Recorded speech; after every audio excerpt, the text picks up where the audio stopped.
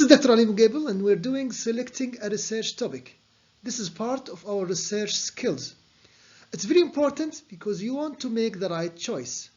So let's get some hints about selecting the appropriate topic. Now, at times you are giving a list of topics and you are just have to pick and choose. And other times you have to come up with a problem yourself. So how do we select the research problem? Sometimes the research problem could be motivated by need, like somebody who is disabled or have a friend who has some disability and he starts thinking about finding solutions, or something that you sense in your work and it has to be fixed. So one, motivated by need. And this is usually important because it's usually a new problem. Second, the problem selection could come from the literature review.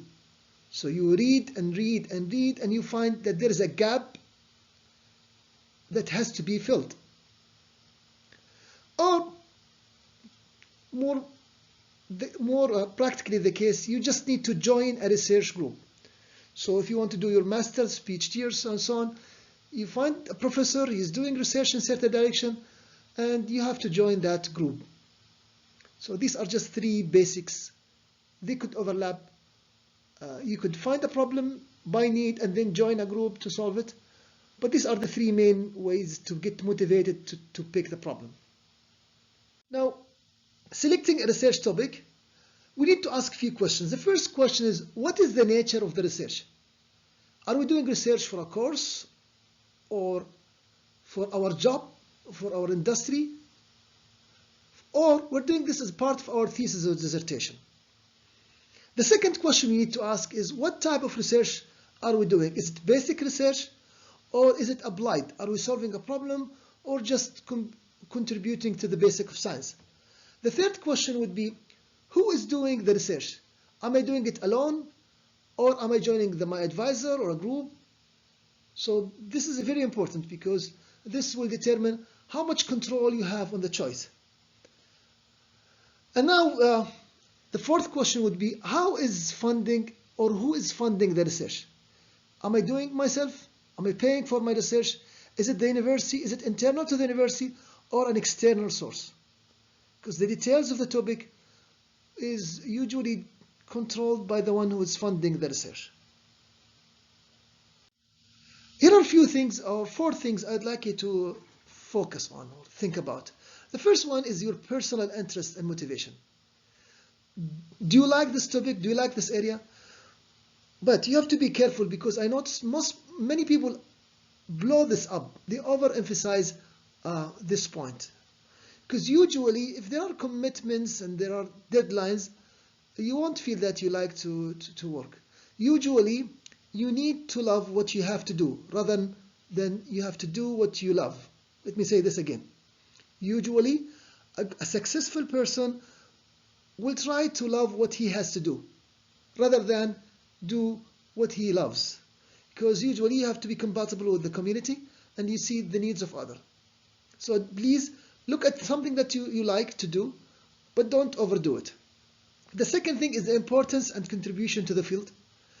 Okay, so is the topic important and how much you can contribute to the field? Like if you search cancer treatment, you'll find most of the citations work is done on cancer treatment due to the importance of the topic. Is it important for you? And how much you can contribute to the field? If it is oversaturated, a topic that has been killed, then it's less of an option. The third point is the relevance. Is it relevant to you? And is it relevant to the needs? For example, currently we're having this virus spread problem, the coronavirus. So this is considered a very relevant topic. If it's related to you also, if it's related to your field, it could be a very relevant topic. Feasibility, you need to do something that's feasible. When it comes to time, if you want to finish within a given time, is it a course or a dissertation? Can it take 3 or 4 years? Time constraints, ethical constraints. If you want to test a new medication, there are some ethical constraints you have to observe. Supports and funding, how much support and funding are there? You don't want to build a car or an airplane where you have when you have limited fund. Availability of resources and manpower. Make sure that you have the right manpower to conduct the work. You cannot end up doing everything alone if it's a huge topic. Now I'll give you an example. I will look in general about a structure of, if you want to select a research problem, then you need to define the topic, the problem, the purpose, and you need to then list some questions. So the topic, under what subject is the study? The problem, you need to specify exactly what are you solving if it's a problem. The purpose, what is the final goal? Okay, at the end of the study, how do I judge my research is mission accomplished or not? So what is the final goal this study is going to accomplish? And then you need to list a few questions to help you understand what's your research topic. I'll give you an example and then leave one for you to practice. So the example is, I would like to work on something related to machine learning because of my background. And then the specific problem, this is a general topic kind of. And then the specific problem is, I would like to use machine learning to help reduce the crowd during Mecca. Mecca is where pilgrims come for Hajj or Umrah. Sometimes we have about more than 2 million people come into a small area. So it becomes dangerous relatively unless we work it out. So the problem is reduce the crowd danger, if any, during Hajj or Umrah in Mecca. So the purpose is improving the pilgrim's quality and safety, quality of experience. Now let's ask a few questions that help us define the problem more. Okay, how much data are we having in terms of flow of people? What are the tested solutions? You need to know what has been done before. How do we guide the pilgrims? So we need to list a few questions and then we start building our problem. Now I'll give you a problem. This is just an example, a quick example. And then as we start reading more, the problem becomes more mature. So let's conclude with the following practice. If you are working alone or with a group, please try to identify your problem if it's not given to you, because at times, like if you have short time, then the instructor or mentor or advisor might specify the problem. But in general, if you are having the luxury of choosing, start by defining a topic.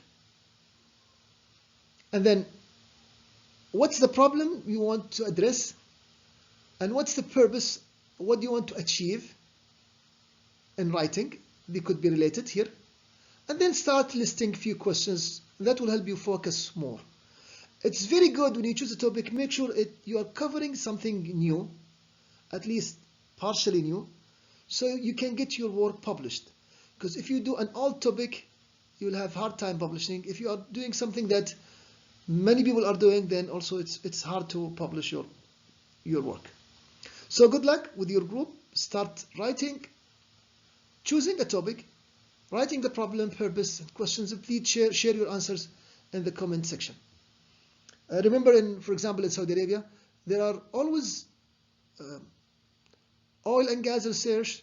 There is Hajj-related research, and also you can work things related to the temperature. And that will make your work somehow unique. Good luck, and see you in the next video.